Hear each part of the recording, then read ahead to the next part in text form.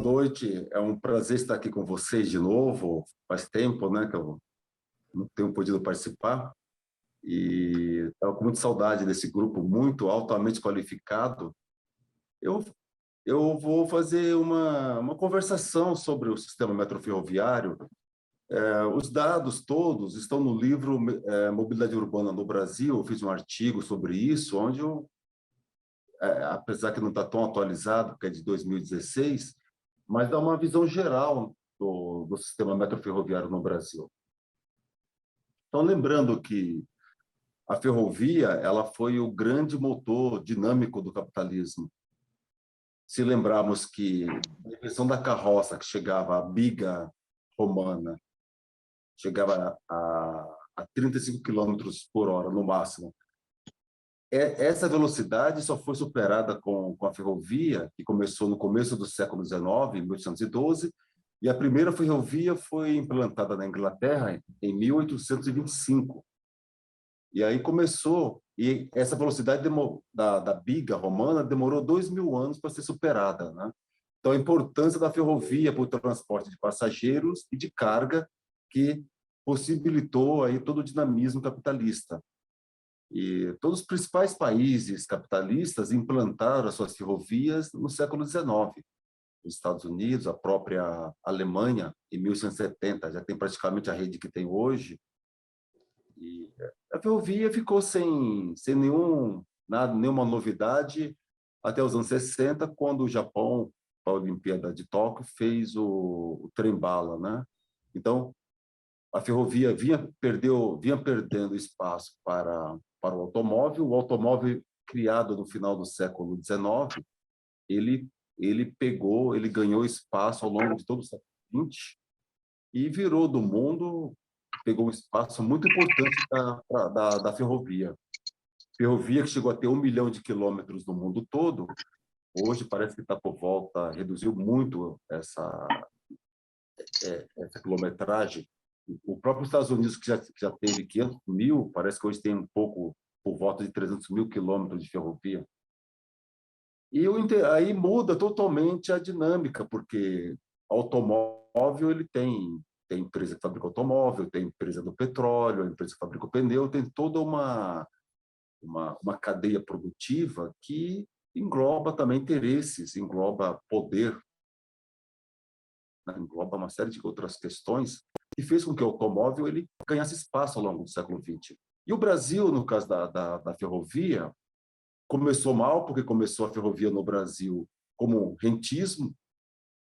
Só foi ter ferrovia no Brasil quando o Império garantiu um retorno financeiro de pelo menos 7% sobre o investimento. Então, você teve uma série de linhas de ferrovias feitas sem nenhum planejamento adequado, sem nenhuma adequação, sem uma padronização, que é importante. Chegamos a ter mais de 6 bitolas diferentes. Então, você não teve uma estatização, uma padronização da bitola. E todo um centro de planejamento estatal para que essa ferrovia ela atendesse o país como um motor de desenvolvimento.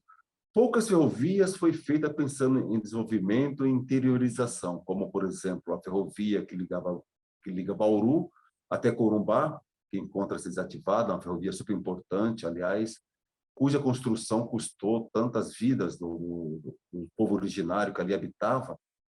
E, infelizmente, essa ferrovia ela foi desativada, praticamente. Não transporta mais passageiro. Parece que transporta da capital do Mato Grosso do Sul até Corumbá.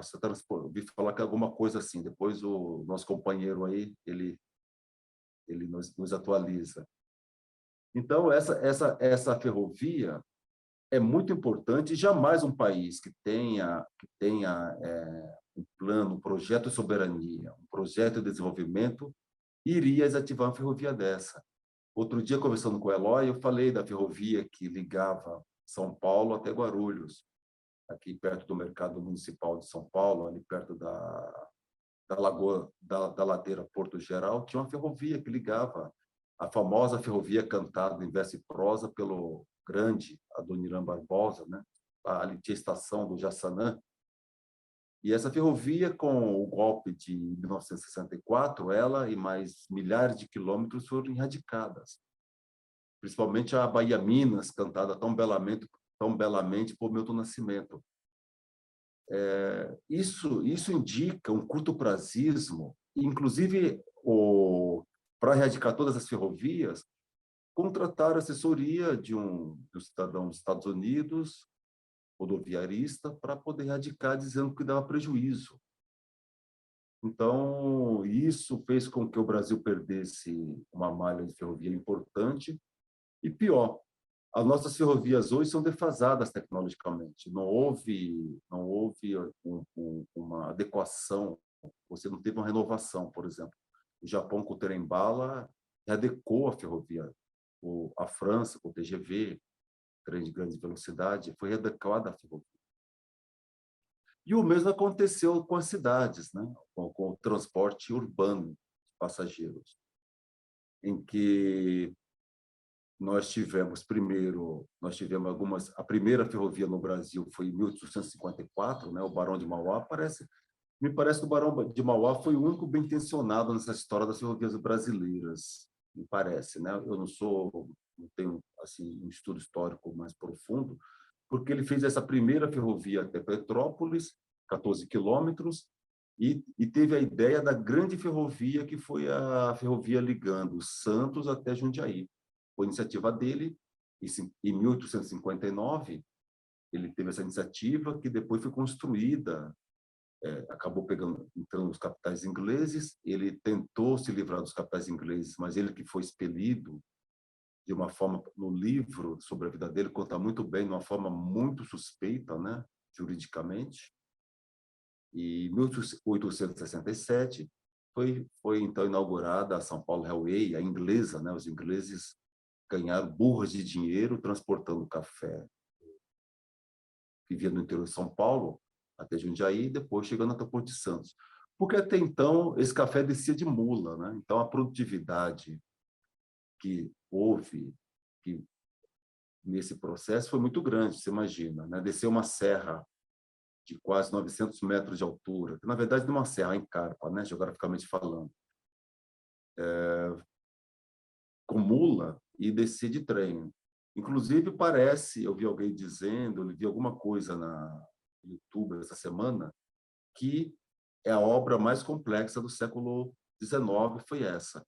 Eu acho que a maior de todas foi a obra da Transcontinental, nos Estados Unidos, inaugurada em 1865, mais ou menos. Mas essa obra, ligando Jundiaí até Santos, uma obra de muita complexidade, uma encarpa de quase 900 metros, algo assim, mais ou menos, em que chegava a ter 10 graus de inclinação. Então, um desafio muito grande, que dois engenheiros ingleses feitaram e conseguiram, e não foi muito fácil construir, era o locobreque, né? Então, o trem era puxado, então descia com cabo de aço puxando esse trem. E essa ferrovia, ela serviu tanto para o transporte de carga como para o transporte de passageiro. Então, isso foi bastante importante para dinamizar toda a região de São Paulo, da Grande São Paulo, e a região de Santos, esse transporte. E também, no final do século XIX, nós tínhamos os bondes nas principais cidades do Brasil. O primeiro foi no Rio de Janeiro, que primeiro era puxado com mula, né? Aí depois que foi eletrificado, e esse bonde atendeu bastante bem as cidades. Agora, tem uma nostalgia em São Paulo sobre o bonde. São Paulo, a cidade de São Paulo chegou a ter por volta de 300 quilômetros de bonde. Mas eu, pensando bem hoje, eu pensei isso hoje, eu acho que uma cidade, uma metrópole com, sei lá, 13 milhões de habitantes, não dá para ser puxado por um bonde. Um bonde é um transporte de média capacidade. Inclusive, o próprio esse sistema do bonde de São Paulo, ele era da empresa do Canadá, empresa de energia do Canadá, e teve muita disputa entre essa empresa e a prefeitura de São Paulo. Tem um livro muito importante sobre isso, eu não vou lembrar o nome agora, que trata desse ponto, em que até essa empresa, ela em 1927 fez a primeira proposta de construção do metrô de São Paulo. Então, São Paulo, São Paulo tinha uma população menor do que Paris, do que Londres, e hoje, né, nessa época, e hoje São Paulo tem o dobro da população dessas cidades, né? E pelas pela forma como foi colocada que essa empresa queria, a Light and Power Company, algo assim, então a prefeitura de São Paulo não aceitou. Mas e aí nós perdemos literalmente, nós não perdemos o bonde da história, nós perdemos o metrô da história, né? São Paulo teria que ter começado a instalar metrô já nessa fase da cidade. Para lembrar que o primeiro metrô foi feito em 1863, em 10 de janeiro. Até eu falei errado, eu não estava lembrando na live que eu falei com o Eloy, eu falei que foi em 1865, mas na verdade estava vendo hoje, é 10 de janeiro de 1863. Uma rede de 10 quilômetros lá em Londres, que foi feita porque as cidades cresceram muito, as cidades eram todas, as cidades do século XIX, eram um horror, eram todas seguidas por cavalos, né? Então tinha muita sujeira, tinha até a pessoa que coletava a sujeira do cavalo, tinha uma profissão, o cara coletar sujeira. Você imagina, diz que Nova York tinha 100 mil cavalos, né? Você imagina a sujeira da cidade e a cidade toda já congestionamento de cavalos, carroças, etc. Imagino. E aí foi preciso fazer metrô, né? No caso dos Estados Unidos, o primeiro foi em Nova York, mas o metrô subterrâneo, me parece que foi de Boston, o primeiro metrô subterrâneo, que não tinha como se locomover em Boston. Então, Buenos Aires, como já falei, fez o metrô em 1911, e a cidade de São Paulo tem uma tese interessante do Lago Negro. Um amigo meu, Lúcio, ele digitalizou, eu já joguei no grupo, mas é uma tese muito excelente, que ele fala como a elite paulista enxergava o metrô, porque a elite paulista ela queria um transporte para se diferenciar das demais pessoas. Ela não queria um transporte coletivo. E o trem, o metrô, era um transporte coletivo. Então, e o Brasil já em 1920 por aí já era um dos principais importadores de automóveis dos Estados Unidos. Aí o Brasil criou toda essa cultura automobilística por aí. Inclusive, dizem que o primeiro automóvel foi da família do Alberto Santos Dumont, né, que chegou aqui no Brasil. Bem, mas então nós perdemos o metrô da história, a cidade de São Paulo. A elite paulista enxergava o metrô como esgoto de gente, nessa tese do Lago Negro está muito claro, eu acho que vale muito a pena ler para poder enxergar porque nossas cidades não tem uma rede de transporte compatível. E não só São Paulo, como Rio de Janeiro, outras capitais, não tiveram o investimento, não tiveram adequação urbana. Lembrando que o metrô de Moscou foi feito em 1930, que inclusive são verdadeiros palácios, estações, né? Palácio do Povo. E o esforço do Brasil não foi nesse sentido de estar se criando essa rede para que a nossa população tivesse um transporte adequado, uma mobilidade urbana adequada. E aí nós vemos hoje um sistema metroferroviário, primeiro de carga, né? O de carga totalmente defasado, a velocidade média, qualquer sistema hoje, tirando da Vale, logicamente, é muito baixo, produtividade muito baixa. O transporte de passageiros de longo curso, nós temos hoje diário só um, que é o que liga Vitória a Belo Horizonte, né? Sai um trem de cada direção de manhã. Inclusive, eu já fiz essa viagem, recomendo. E tem o de Paropeba, eu acho que é cada 2 dias, algo assim, que liga Carajás até São Luís. Deve ser interessante fazer essa viagem. E nós não temos mais nenhum sistema de transporte ferroviário de longo curso. Um país continental, a Argentina tem, o Chile tem, só para citar, né? Os Estados Unidos, os 50 estados, acho que são 50 estados, têm lá a Amtrak, porque o Brasil, aí eu pego uma questão mais econômica, mais histórica, sociológica. O Brasil não é construído para o povo brasileiro. O Brasil não é para nós. O Brasil é construído como um sistema de acumulação capitalista, uma parte muito pequena aqui interna e a parte principal externa, né? Então, então, a qualidade de vida do povo brasileiro não é uma preocupação desse modelo, porque o nosso modelo hoje é o modelo vassalo dos grandes países, o modelo dependente. Então, o nosso modelo ele não é soberano. Nós não temos soberania. Por quê? Para falar de uma rede, né, uma rede metroferroviária, de trens, metrô e tudo mais adequada, você tem que ter soberania, você tem que ter... E não é falta de planejamento. O modelo já leva a isso, né? Não é falta de planejamento. A coisa é feita para ser desse jeito. Foi essa conclusão que eu cheguei.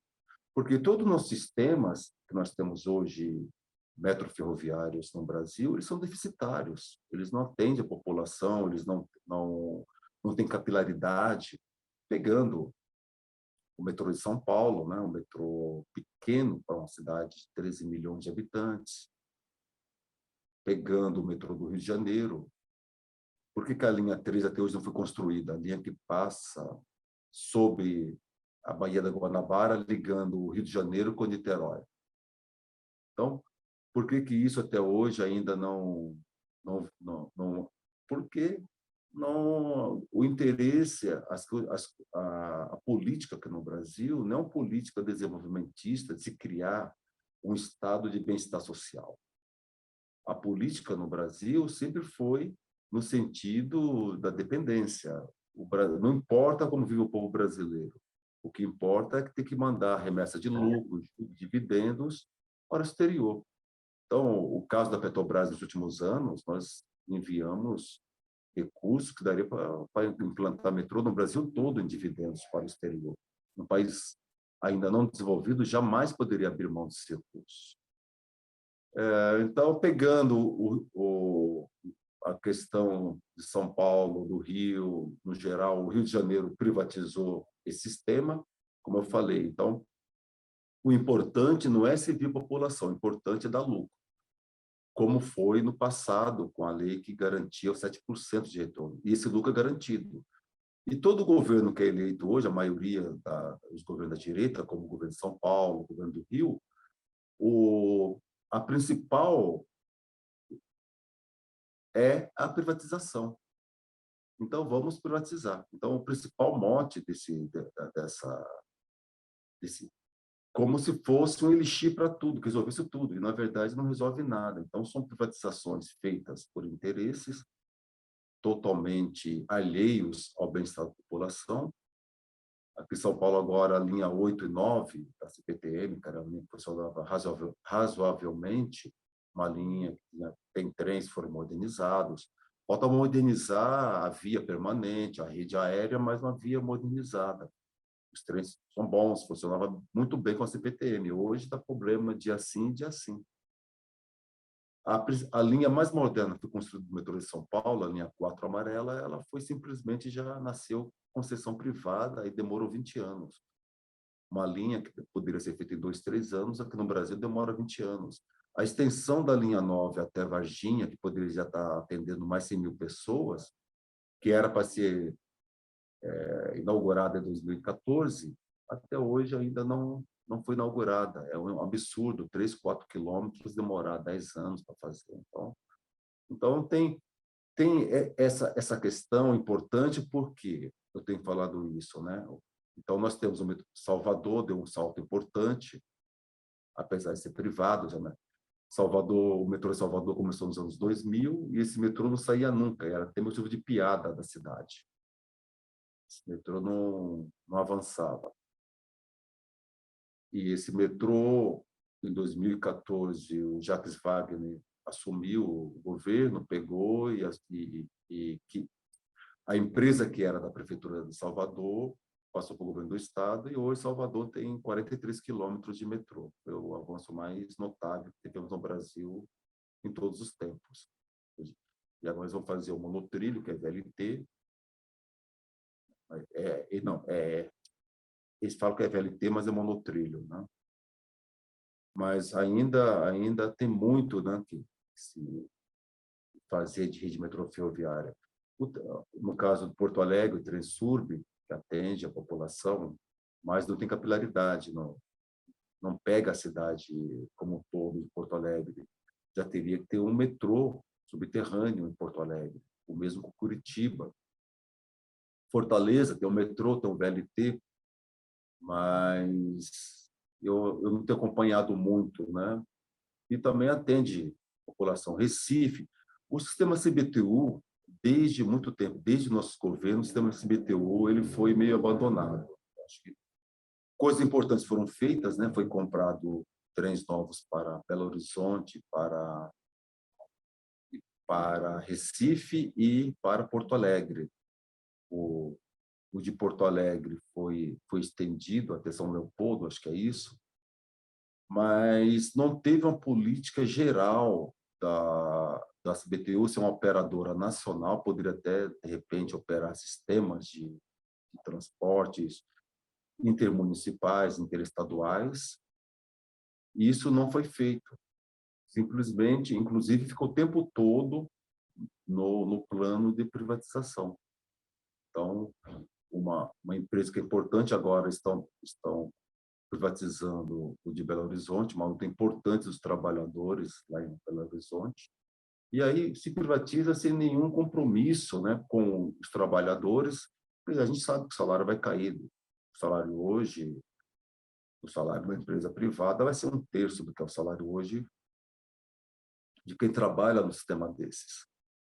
Então, eles começam a tirar o lucro, tirando os benefícios salários dos trabalhadores e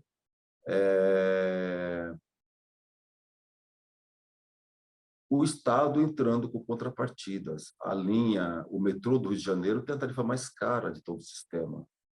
A de São Paulo também tem uma tarifa, a linha 4 tem uma tarifa pública e a tarifa técnica ela é bem mais cara do que a tarifa pública. Então, o que é preciso fazer, né? Que é lógico que isso é de médio e longo prazo. É preciso primeiro aquela ideia que o nosso setorial tem trabalhado do SUM, do Sistema Único de Mobilidade, em que o Ministério das Cidades ele intervém, ele participa do planejamento, do investimento com todos os estados e municípios, fazendo uma grande agência nacional de transportes para que se dinamize a construção desses sistemas. Por exemplo, São Paulo teria que estar construindo agora pelo menos quatro sistemas ao mesmo tempo, 4 linhas ao mesmo tempo. Você não constrói sistema de metrô uma linha por vez. Você tem que construir 4, 5 para dar produtividade. Já onde usa um shield, né, um tatuzão, já cava uma linha, já cava outra. Então, tem que se pensar. E para isso é preciso ter um fundo de recursos, porque você não pode demorar 20 anos para construir uma linha de 14 quilômetros, como foi a linha 4 de São Paulo.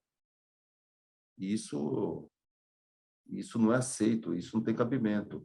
E como nós não temos, nem na academia, nem na mídia, nenhuma crítica a isso, porque pessoas trabalham nas empresas, tem uma série de coisas, então você não vê na mídia, nem na academia, nenhum texto crítico sobre isso, questionando essa ineficácia, essa. E as cidades agora, com essa questão do clima, tem que ser sistema metroferroviário, tem que ser sistema de trilho. Eu lembro que quando o Brasil quis fazer o trem de alta velocidade ligando Campinas ao Rio de Janeiro, houve toda uma resistência, porque há uma série de interesses, aí tem que mostrar quais são os interesses. A fabricante do avião, a empresa que tem a concessão da rodovia, da Dutra.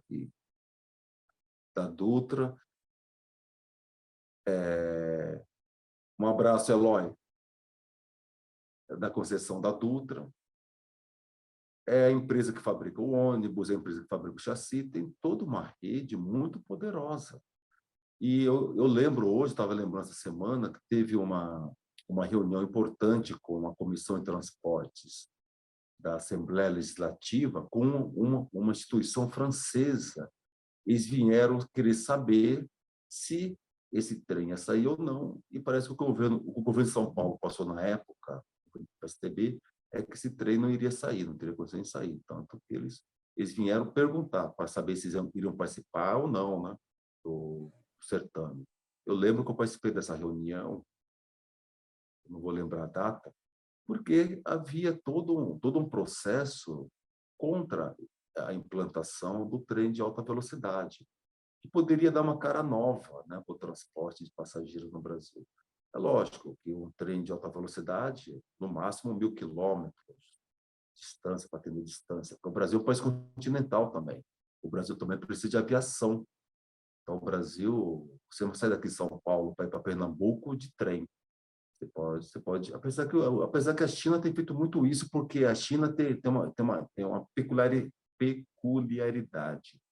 Ela tem muita grana, tem soberania, muita soberania. Aliás, eu colocaria a independência da tomada de decisão, a soberania. Quanto mais soberania você tem em relação ao resto do mundo, mais você toma uma decisão acertada e racional. E a China implantou a maior rede de trens de alta velocidade do mundo, né? Toda a cadeia produtiva lá, tudo. Ela implantou porque os céus da China são congestionados por causa da aviação militar. Então, eles não têm tanta janela para poder fazer. E eles optaram corretamente pelos trens de alta velocidade. Inclusive, agora eles estão já tem um sistema de levitação, que é o futuro da ferrovia, é o sistema de levitação. Aqui no Brasil, nós temos até um projeto importante para a mobilidade urbana, que é o Cobra, Maglev Cobra, um projeto muito importante que deveria ter recursos, né, do governo federal para atuar, montar uma linha operacional. E o futuro da ferrovia vai ser isso, a levitação, que o Japão está produzindo uma linha até 1927, ela vai chegar a 637 quilômetros por hora. Então, e teoricamente, a levitação ela pode chegar a mais de 1.000 por hora, né? No vácuo. Você monta um tubo, como se fosse um túnel no vácuo, e ali o trem vai voar, literalmente, dentro desse túnel. E nós estamos aí perdendo, né, de novo. Nós temos dois sistemas que foram criados no Brasil, que é a Aeromóvel, que já atende ligando o Transurb com o aeroporto lá em Porto Alegre. São 800 metros, mais ou menos, é muito importante, feito no governo da Dilma, inaugurado em 2013. E vamos ter agora aqui no aeroporto de São Paulo, ligando a linha 13 com o aeroporto, também esse sistema, que foi um parto de montanha, porque eles queriam lá colocar, de qualquer forma, um sistema australiano, né? E eu acho que o Ministério das Cidades aqui deveria ter uma diretoria para trabalhar dessas tecnologias, não só do transporte, mas também tecnologias de bilhetagem, tudo isso deveria ter um sistema de tecnologia, não sei se tem, talvez até tenha, até para poder atuar dentro do governo, com a FINEP, para poder facilitar esses projetos. Tecnicamente, foi medido por um funcionário da Aeromóvel Brasil, o aeromóvel, que ele é impulsionado pelo ar, né? Como se fosse uma vela ao contrário, dentro de um túnel, você põe uma vela agregada ao trem e ele ali se empurra e ele vai para tudo que é lado. Esse que é o princípio do aeromóvel. Tem também no livro Mobilidade Urbana no Brasil, eu escrevi um artigo sobre isso, ele pode chegar a 280 quilômetros por hora, esse sistema, se for desenvolvido. Então, gente, eu dei aqui uma pequena explanação e aí abro espaço para a gente bater um papo agora. Então, acho que é bastante coisa, né? O tempo é bastante escasso, não dá para a gente falar, né? Tem muita coisa para dizer. Mas eu dei essa introdução para que a gente possa aí tá fazendo o debate. Tá ok, Lúcia? Ok, Evaristo, muito obrigado, né? O Lucélio, eu passo para ti agora para conduzir o debate, dizendo para vocês que a gente vai debater até 15 para as 9. É mais para complementar essa bela explanação do Evaristo, né, sobre algumas curiosidades. Aqui no Brasil, né, a rede ferroviária ela produziu muita documentação sobre a questão do transporte ferroviário. Não é? A começar pelas bitolas, porque pouca gente sabe que já tivemos muitas bitolas, depois ficaram, né, a bitola de 1 metro e de 1,60 m, mas atualmente toda a infraestrutura de ferrovia a ser construída ela tem que ser feita com base para 1,60 m. Né? Mesmo as ferrovias que ainda operam em métrica, tipo a Ferrospar do Paraná, que é bitola métrica, a infraestrutura para ela já é para receber bitola de 1,60 m. Então, isso são coisas que veio da rede ferroviária, de regulações e outras coisas que muitas vezes fica perdido no tempo, porque pouca gente conhece, tá entendendo? Esses dias para trás eu tive que alertar o DENIT que nós temos um limite de segurança de 6 metros da ferrovia, que se descarrilhar qualquer coisa, que estiver ali do lado, pega. E não é faixa de domínio. Limite de segurança definido em decreto. Isso aí. Você vê, o DENIT não sabe disso. Né? É interessante. Com relação, não sabia disso. Com relação ainda à história da ferrovia e ao metrô lá de Londres, que o Evaristo colocou, é importante destacar que as primeiras locomotivas eram a vapor, no túnel, está entendendo? Que armazenava a fumaça em reservatórios que, quando chegavam em certas estruturas que só tinham a casca, e ali ele soltava o vapor. É uma coisa interessante, né? Ninguém imagina uma Maria Fumaça dentro do túnel, não é? E isso era o que existia. Quanto às ferrovias de passageiro, aqui também ficou esquecida uma ferrovia que eu fui visitar, eu andei nela, que era de Macapá. E isso graças àquelas visitas que nós fizemos na ocasião, não é? Nas regiões, o meu foi região norte, a ferrovia de passageiros entre Macapá e Serra do Navio. Eu visitei essa ferrovia, tá entendendo? Foi na época do nosso governo, e conversei lá com o pessoal de oficinas, que tinha um americano lá, o senhor Ralph, que veio com a implantação e por aqui casou e por aqui ficou. E nós conversamos longamente sobre a questão ferroviária, como é que eles faziam as recuperações. A única coisa que eles compravam de São Paulo eram as bobinas para os motores da locomotiva diesel, tá entendendo? O resto faziam tudo lá, era enchimento de friso de roda, com solda, era, sabe, assim, um serviço artesanal, mas que punha a ferrovia para funcionar. Aí até foi uma coisa que me marcou muito, que no final ele já era um senhor já de idade, eu acho que ele já, inclusive, já deve ter morrido, depois de um longo papo, depois do almoço até a noitinha, ele virou para mim, na hora que nós despedimos, ele virou para mim e disse: puxa, como é bom conversar com alguém que entende de transporte ferroviário. Parecia que ele sentia vontade de discutir sobre quem, não é? É uma questão importante de se ver. Por outro lado, eu vejo que, eu não sei se por desleixo, por descuido, ou até por má intenção também, né, os estados e municípios não assumiram o seu papel na questão do transporte ferroviário. Porque depois que a União... Concluindo. Desculpe. Depois que a União uniu tudo, todo mundo parece que entende que a ferrovia é por conta da União. Ninguém tem que haver nada com isso. E não é isso. A Constituição diz que o serviço de transporte, está entendendo? No âmbito do Estado, no âmbito da União, é só o interestadual. Então, é só o serviço interestadual. No serviço estadual, o serviço é serviço, não é infraestrutura, não, que a Constituição fala. O serviço interestadual é por conta do Estado. Tá entendendo? Só que os estados ou fazem vista grossa ou não assumem esse negócio como uma função deles.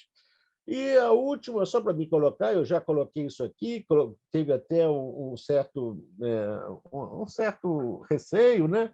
que vai muito contra o que muito contra, não, muito no sentido que o Evaristo colocou sobre o que o pessoal do São Paulo queria, o transporte eletivo e para ele.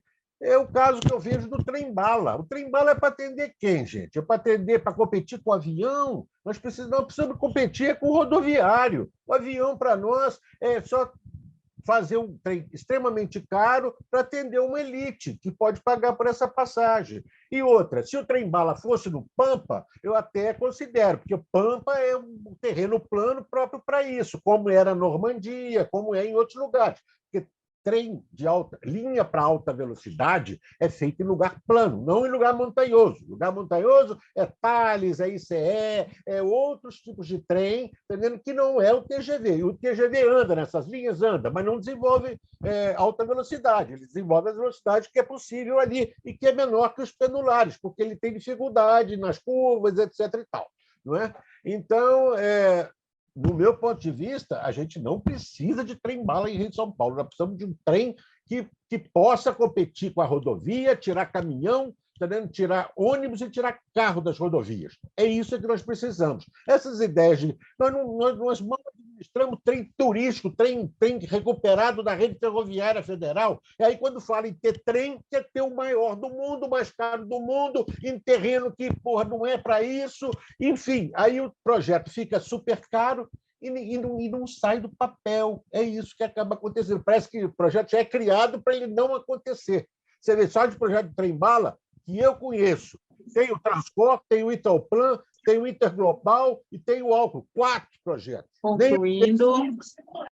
É só isso. Obrigado.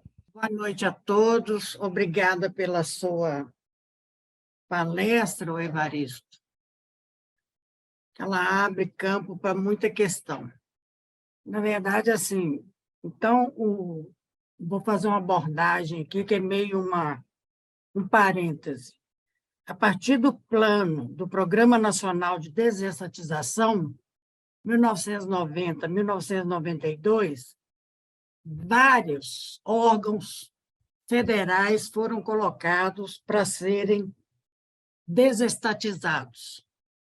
A palavra é bem clara, desestatizar. Sair da obrigação do Estado. Então, começou-se o processo. No caso da CBTU, com os trens de passageiro, empresa federal, com a responsabilidade, Companhia Brasileira de Trens, ou de metrôs, né? O desenho que se fez foi entrega a atribuição para o Estado, regionaliza, o Estado cria uma empresa para fazer a gestão e resolve o que fazer. Então, começou o processo por São Paulo, pelo Rio, e chegou a vez de Belo Horizonte. O Estado de Minas Gerais criou uma empresa que sequer tem todas as diretorias ocupadas. Então, uma empresa fantasma, né, inexistente, vai fazer gestão nenhuma, e o dono da maior frota de ônibus já assumiu.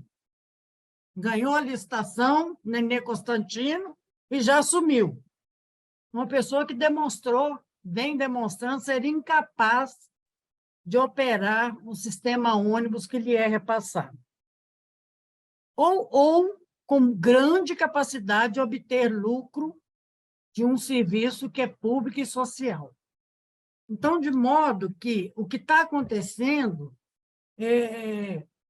as modelagens, cada um nem bem passou para o Estado já tinha o leilão que já assinou. E o nosso setorial, que tem um programa diferente, né, que levou para o programa de governo uma proposta política, pública, de fortalecer a estatal, né, foi contraposto pela Fundação Perseu Abramo com uma posição diferente. Então, a questão de fundo, né, da continuidade dessa ação ela veio a partir de uma posição de alguns ministros do PT, não precisou nem de gente do Centrão, não, é do PT mesmo, contra e a favor da privatização, porque quando defender que foi feito concessão, concessão que não tem ninguém para fazer gestão é privatização. Tudo que está repassando para o privado, ninguém está acompanhando nada. O relatório das agências mal e porcamente reporta o resultado daquele transporte. Então, você vai lá no relatório da gestão das ferrovias, só tem a movimentação, não tem mais nada. Foi feita a prorrogação antecipada, sem inventário, sem prestação de conta, não conhece a receita, só apresenta nos relatórios a movimentação da carga. Se essa e que carga que é também, a quem está sendo atendido, se a oferta da vaga de transporte é democrática, também não é apresentado. Não tem análise nenhuma. Então, para aí, nós estamos caminhando.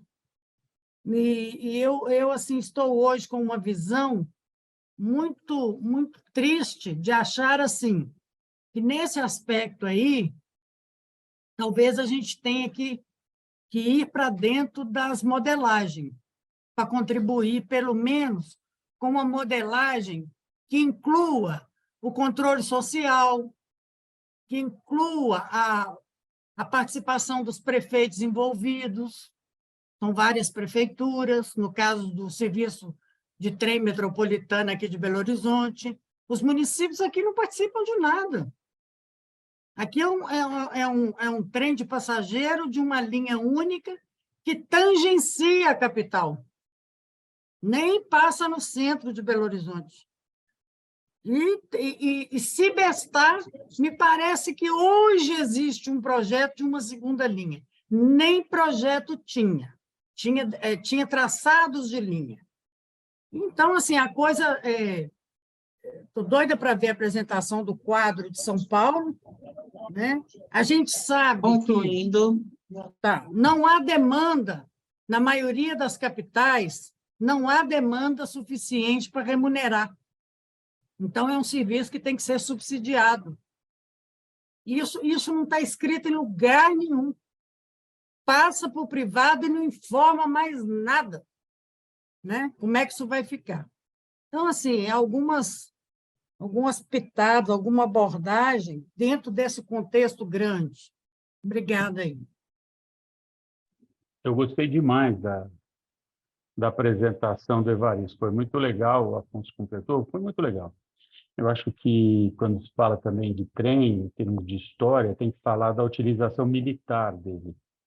É que, na Índia, por exemplo, era pelo trem que as tropas e todo tanques, etc., eram, na própria Segunda Guerra, Primeira Guerra, teve função importante militar, o transporte, tudo por trem. Eu gostaria de falar alguma coisa que eu vejo muito importante, como que eu não sou especialista nisso, então eu vou falar coisas que eu ouvi e eu não sei o quanto real. Por exemplo, aqui, um trem de uma das linhas, se não me engano, a linha amarela, foi por imposição do financiador, BID, alguma coisa assim, que foi utilizado um túnel por baixo do rio, que foi mais caro, mas que, por alguma circunstância, foi imposto isto. Essa questão do dinheiro, ela prevalece, inclusive, acho eu, como disse, sem maiores dados, no próprio monotrilho de São Paulo. Porque o PITU, que era um plano de transporte urbano da cidade, do estado, etc., nunca teve esses monotrilhos. E, de repente, deve ter aparecido dinheiro de financiamento e os monotrilhos foram criados. Inclusive, esse monotrilho ouro, que é meu vizinho aqui, que destruiu vários bairros porque ele é em linha elevada, dizem que até o trem dele, o vagão, não existe, está sendo super complicado, a Bombardier já entrou, outro saiu, etc. Isso, a linha amarela, outra coisa interessante, o Evaristo fala do tempo, muitas das estações não foram construídas porque ele tinha meio que passageiro chumbinho, que ele começava nas pontas e ia até o centro. Então, ter as estações no meio do caminho seria onerar a empresa que estava privatizada. Eu estou colocando isso porque me preocupa muito essas modelagens, porque existem muitas alternativas de lucros exorbitantes, de dinheiro que sai por outros caminhos, que eu acho que essa deve ser uma das coisas que a gente mais deveria prestar atenção. Outra coisa que me surpreende, eu sempre soube que o BNDES gostava de trilha. A gente não vê essa ação governamental com o nosso maior investidor de forma vigorosa. A gente percebe a presença do BNDES, mas a gente não percebe o BNDES de forma vigorosa. E eu gostaria, assim, depois, como pergunta para o pessoal, para explicar um pouco, eu acho que essa questão que a Socorro levantou, a gente podia aprofundar mais, de como está se dando essa organização, e como é o debate das autorizações e concessões. Obrigado. Gente, boa noite. Eu queria, na realidade, contextualizar um pouquinho aqui e fazer pergunta. Eu concordo com a Socorro, tá? Eu ia falar isso aqui e queria ampliar um pouquinho essa ideia e talvez desagradar alguns. O Sampaio aí citou a questão militar, é importantíssimo ainda, Sampaio. Transporte de blindados dentro do próprio território, munições, ainda é estrategicamente importante, viu, Ferrovia? E eu acompanho bem esse assunto, eu gosto. E eu queria falar o seguinte, o governo Bolsonaro, em dezembro, ele fez algumas renovações, né? Aquela correria de renovação, que ele salva-se quem puder, foi uma loucura aquilo. E aí eu estou com os números aqui, eu vou dar uma coladinha aqui. Novas concessões de 2.811 quilômetros, medíocre. O total de investimento previsto, né? Só previsto, atrair de 100 bilhões. E tem outras informações aqui, mas tem muita coisa que é só papel, né? Inclusive o trem-bala. Da falta de estudo, né? Muitos anos. O que eu estava querendo falar, aproveitar a fala da Socorro, da modelagem, gente, que eu acho que a gente tinha que buscar dentro do SUM, né? Do Sistema Único de Mobilidade, uma forma de acrescentar isso, entendeu? O transporte passageiro pode entrar por lá. E também queria citar o novo PAC. O novo PAC está medíocre, a parte ferroviária. Está medíocre. Por quê? O Evaristo cita isso na explicação dele, né, Evaristo? Esqueci até de te parabenizar, desculpa aí, mas a pergunta é direcionada para você, parabenizar pela apresentação, pela contextualização histórica, tá? Muito bacana, eu não sabia, a maior parte eu não sabia, 99%, foi ótimo para mim. Mas a minha preocupação é o seguinte, Evaristo, nós tínhamos que tentar ampliar essa atração de investimento e talvez para a parte urbana utilizar o SUM. E aí eu vou falar heresias aqui, tá, gente? Tentar um modelo parecido com o que foi feito com o marco regulatório do pré-sal, que era o quê? Obrigava os investidores a entrar com parte do governo. Aí poderia ser estatal aí do governo, deixar uma parte do orçamento. Por quê? Eu acho que facilitaria a atratividade, porque aí você reduz o risco do investidor e reduz o volume de investimento do Estado.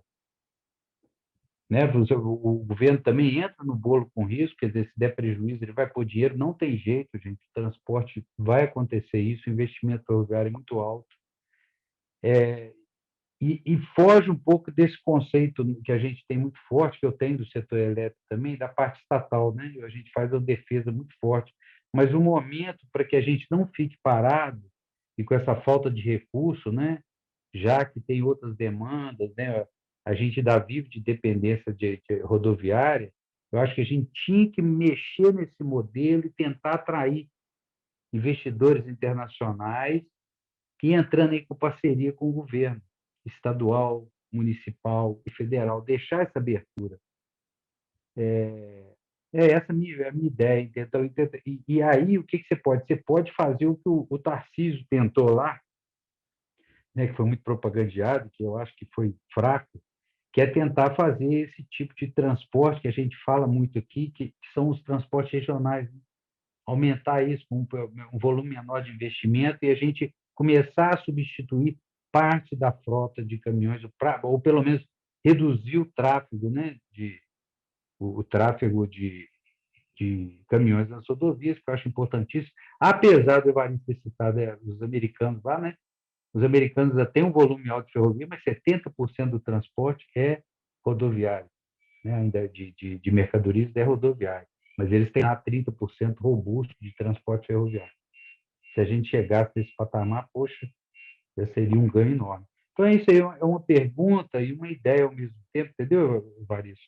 O que você acha disso? Você acha que vê possibilidade disso? Porque eu não estou vendo saída, que é meio o que a Socorro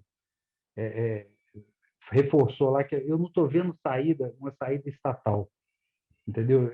E aí dá esse desespero, né, de ficar parado. A gente não pode ficar parado, a gente tem que tentar outras soluções.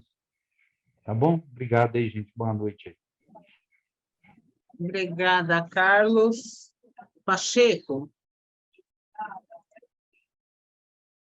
Boa noite a todos e todas. Aí, mais uma vez, uma boa apresentação do Evaristo, né? Só queria colocar mais alguns pontinhos aí, né? A lógica do transporte de trilha aqui em São Paulo, ela não foi para o desenvolvimento da cidade. Não, começou com o escoamento de produção para o Porto de Santos, que era esse o objetivo. O passageiro vinha junto, mas o principal foco era o escoamento de produção. E aqui dentro da área urbana, era trazer as pessoas para o centro e depois levar embora para suas casas, que tinham que ser longe do centro. O centro era um lugar privilegiado. Então, assim, não foi para atender, foi para atender uma lógica do capital, de transportar mão de obra da periferia para o centro e devolver para a periferia. Por isso que todas as linhas são radiais, são pendulares, né? Essa foi a lógica do transporte montado durante muito tempo aqui. A do metrô, eu lembro que numa reunião que a gente teve na época da eleição de 92, com o staff do PSDB, o Covas tinha um entendimento que é o seguinte: metrô é caro, eu não vou investir em metrô. Né? Esse foi o foco de atuação das duas gestões do Covas e continuou com o Alckmin também. Né? O metrô era caro e investir em metrô não valia a pena. Agora tem uma coisa, né? Durante a década de 90 e nos anos 2000, até a pandemia, o metrô tinha lucro operacional, de 4% a 8% de lucro operacional cobrando tarifa. Isso quer dizer o quê? A receita operacional era maior que a despesa operacional. No balanço, ele vem com prejuízo, porque tem todo o investimento do Estado com a construção, com desapropriação, aí ele gera prejuízo. É negativo. Mas na parte operacional, o metrô sempre deu lucro. Né? E cobrando a tarifa que cobra. Agora, o custo do metrô ele é maior do que o da CPTM. Então, como é que, cobrando a tarifa, a CPTM é deficitária em 1/3 do valor? O Estado tem que colocar mais de 1/3 para subsidiar a tarifa. Essas contas nunca apareceram. Né? E na CPTM também tem uma coisa: acompanhar a fusão das empresas, porque elas iam ser entregues para o governo federal em troca de uma dívida que o Estado tinha, ia passar para o governo federal e o governo federal ia privatizar, como fez na rede ferroviária federal. Esse era o desenho. o Covas peitou a decisão e criou a CPTM. Então, ele fundiu 3 empresas. A Central do Brasil, que é a parte leste, a Sorocabana, que é as linhas 8 e 9, e a rede ferroviária, que era a FEPASA, que era a linha 7 e linha 10.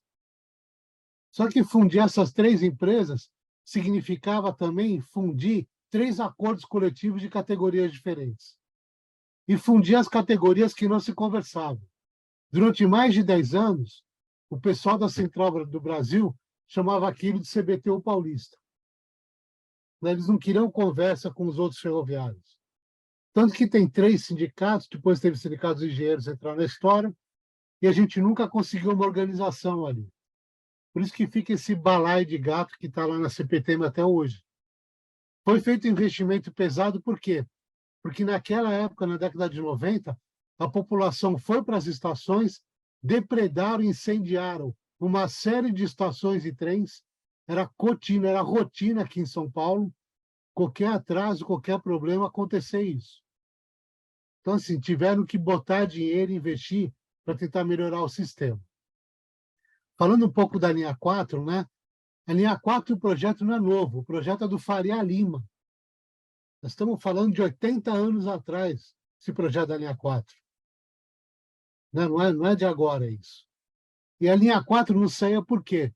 Na época, na década de 90, o Gilmar Carneiro era representante do conselho no BNDES. Nós conversamos com ele, em termos de sindicato, em termos de CUT.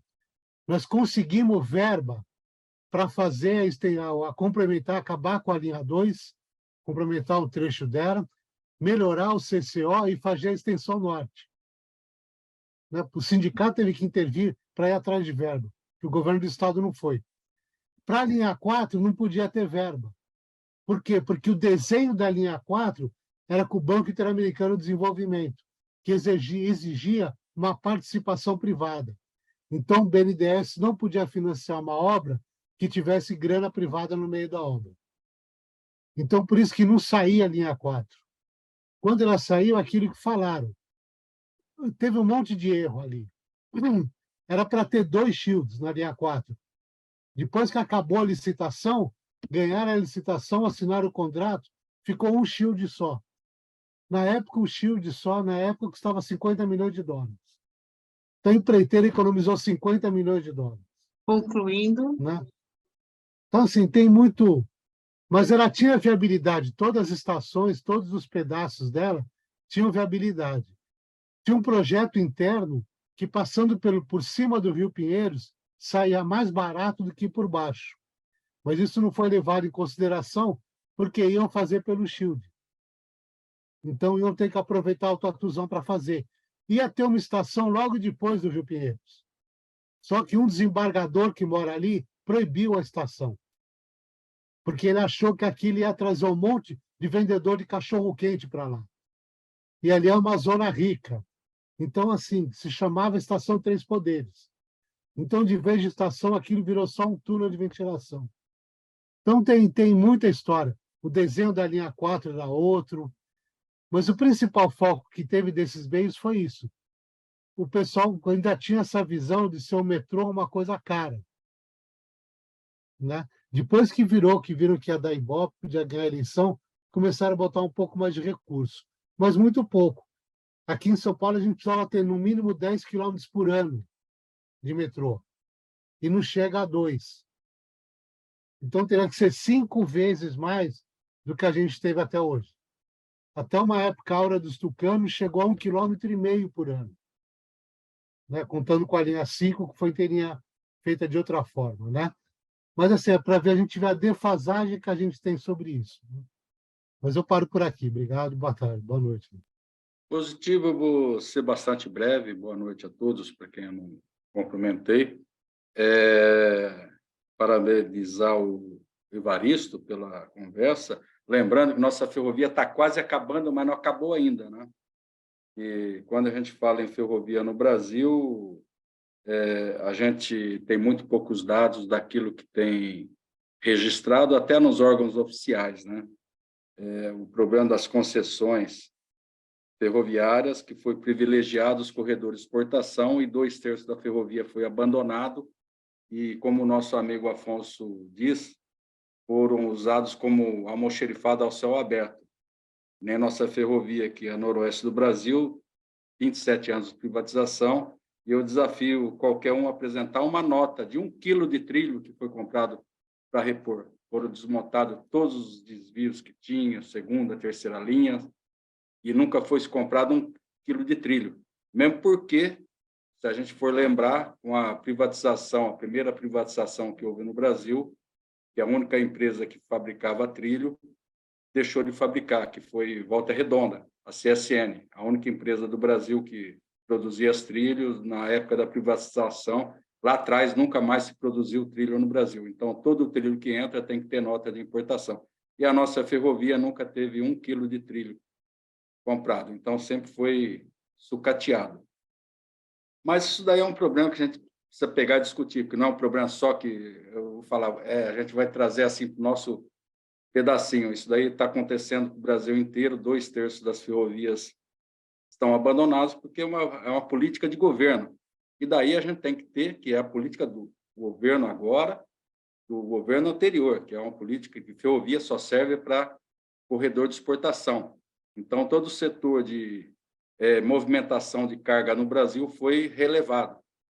Então, aquilo que poderia estar circulando aqui, inclusive o Lopes falou 70% pelo setor rodoviário. Cargas gerais no Brasil, 95%, 98% é via rodoviária, não se transporta nada pela ferrovia. Ferrovia no Brasil, só corredor de exportação. E a lógica está muito pior no setor de passageiro, transporte de massa. Então, as experiências que a gente teve no Brasil foram um desastre, né? E a única coisa que se tem, se discute, quando se coloca aí os novos projetos, a única coisa que é garantida de fato em todos os contratos é o retorno para o investidor. Qualquer prejuízo fica com o Estado. Então, é uma garantia de retorno para o investimento que sequer ninguém fez, porque tudo que é concedido foi investimento do Estado. Nenhuma empresa privada se coloca 100% de investimento e construção de um transporte ferroviário de massa.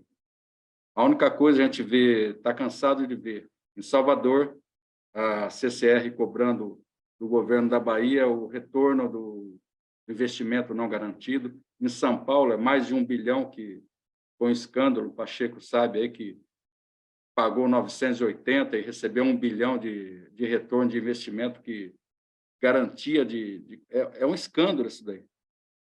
Então, a gente tem que tratar o transporte como um investimento social e não como um custo.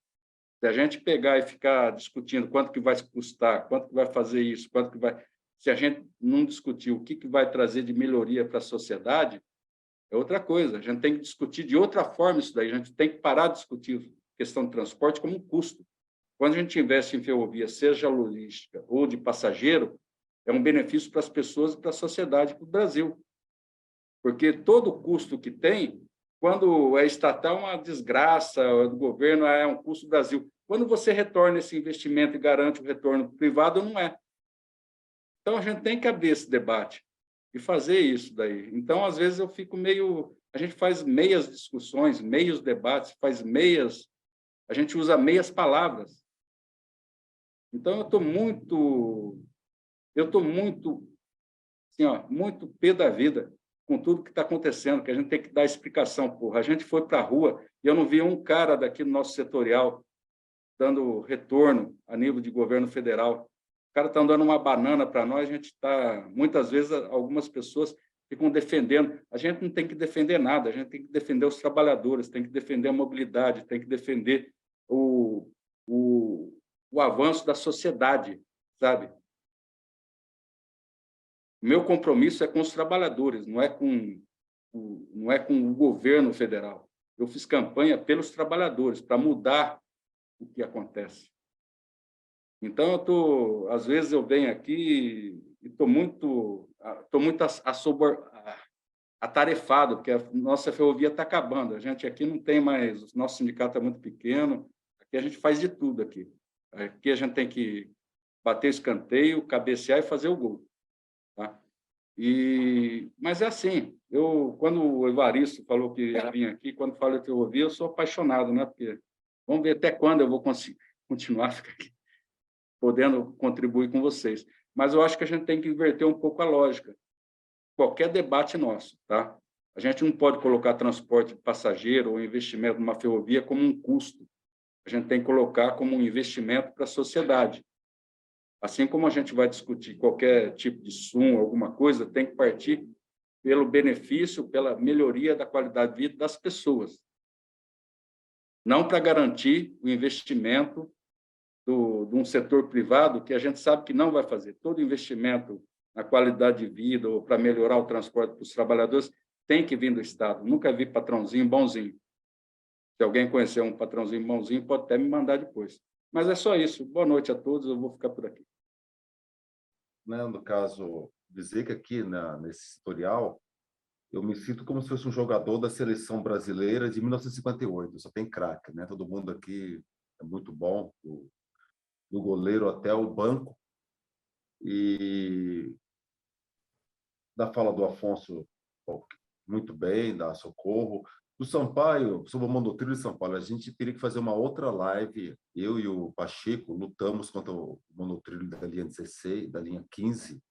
Tem toda uma história que nós fizemos aqui em São Paulo, eu, Pacheco e o outro companheiro do PCdoB, deixa eu ver se eu lembro o nome dele agora, não vou lembrar, mas fizemos uma luta enorme para que... Quem? Alô, Pacheco? Quem? Qual é o mesmo do companheiro? Xavier. É o Xavier, isso mesmo. Então, tem todo... sobre a o questão Manuel, o Xavier é o Manuel?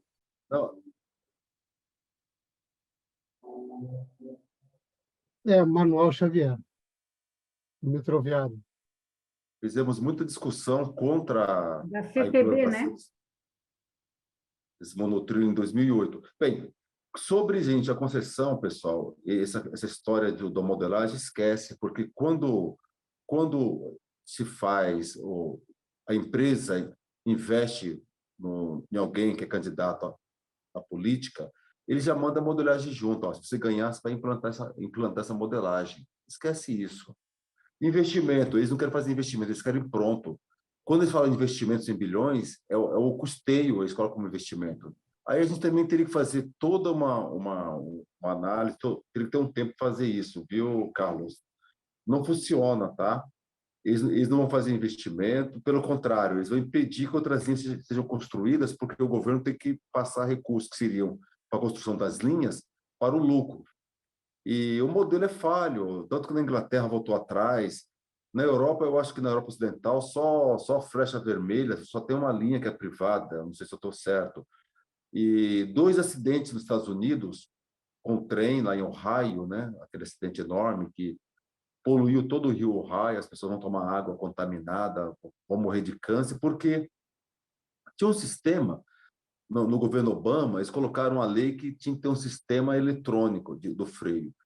Aí, depois, no governo do Trump, as empresas investiram em vários parlamentares que foram lá e mudaram. Não, pode ser o sistema do freio mecânico, que é de 1800 e bolinha.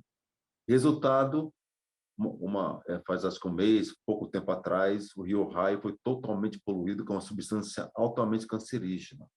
E agora as barcaças, essa semana também, acho que com metanol, algo... Então, é desastre total, como a Vale do Rio Doce, né? Quando era estatal, não tinha essas tragédias acontecendo. Então, eu não acredito, gente, nesse modelo de negócio. Sinceramente, eu não acredito que vai sair linha. Não... Eu acho o seguinte, a questão como falou o Roberval, a questão, pessoal, a gente tem que ver, o Lula, ele pautou uma coisa muito importante para todos nós, que foi a questão dos juros. Você não pode, são 2 questões básicas para o Brasil. Você não pode estar pagando essa taxa de juros no Brasil. Primeiro, que nível de investimento, 8%, ninguém ganha no mundo 8% ao ano livre. 1% do juro pago, pessoal, é 40 bilhões. 1% de juro que sai dos nossos impostos. 40 bilhões para o rentismo, para o parasitismo. E o outro, a questão fiscal, a questão do pagamento tributário. Os lucros de dividendos no Brasil, só no Brasil e na Estônia não se paga lucros de dividendos, poderiam gerar mais 60 bilhões aí. Então, são duas coisas. O Brasil, essa questão do lucro, da taxa de juros, que é uma questão que a gente pode, há algum tempo, fazer um debate, e a outra questão da tributária, que aqui já veio a Claire, que fez esse debate para nós, que o rico no Brasil não paga imposto. Então, há dinheiro, há muito dinheiro. Por exemplo, essa semana agora, o Swiss Bank, o governo, colocou 50 bilhões de euros. De onde que veio esse dinheiro? Se fosse a população suíça, que já não teria dinheiro. O governo agora do Biden colocou mais 100 bilhões de dólares lá na guerra da Ucrânia. E a população dos Estados Unidos tem muita gente de rua. Você vê as cidades dos Estados Unidos hoje, são cidades do terceiro mundo. Então, essa questão do dinheiro, isso não é correto. Tem dinheiro no Brasil, a questão é aquilo que eu falei. O projeto não é para o Brasil ser um país desenvolvido, para o povo brasileiro, a qualidade de vida, uma questão muito maior. Eu acho que esse projeto privado, eu não acredito nele, eu acho que não dá certo. E a gente poderia discutir muito mais, mas o tempo é escasso. Eu fico por aqui. Eu agradeço muito, como eu falei, aqui todo mundo é muito bom, foi muito rico os comentários. E um grande abraço, agradeço pelos elogios, acho que. E uma boa noite a todos, um grande abraço.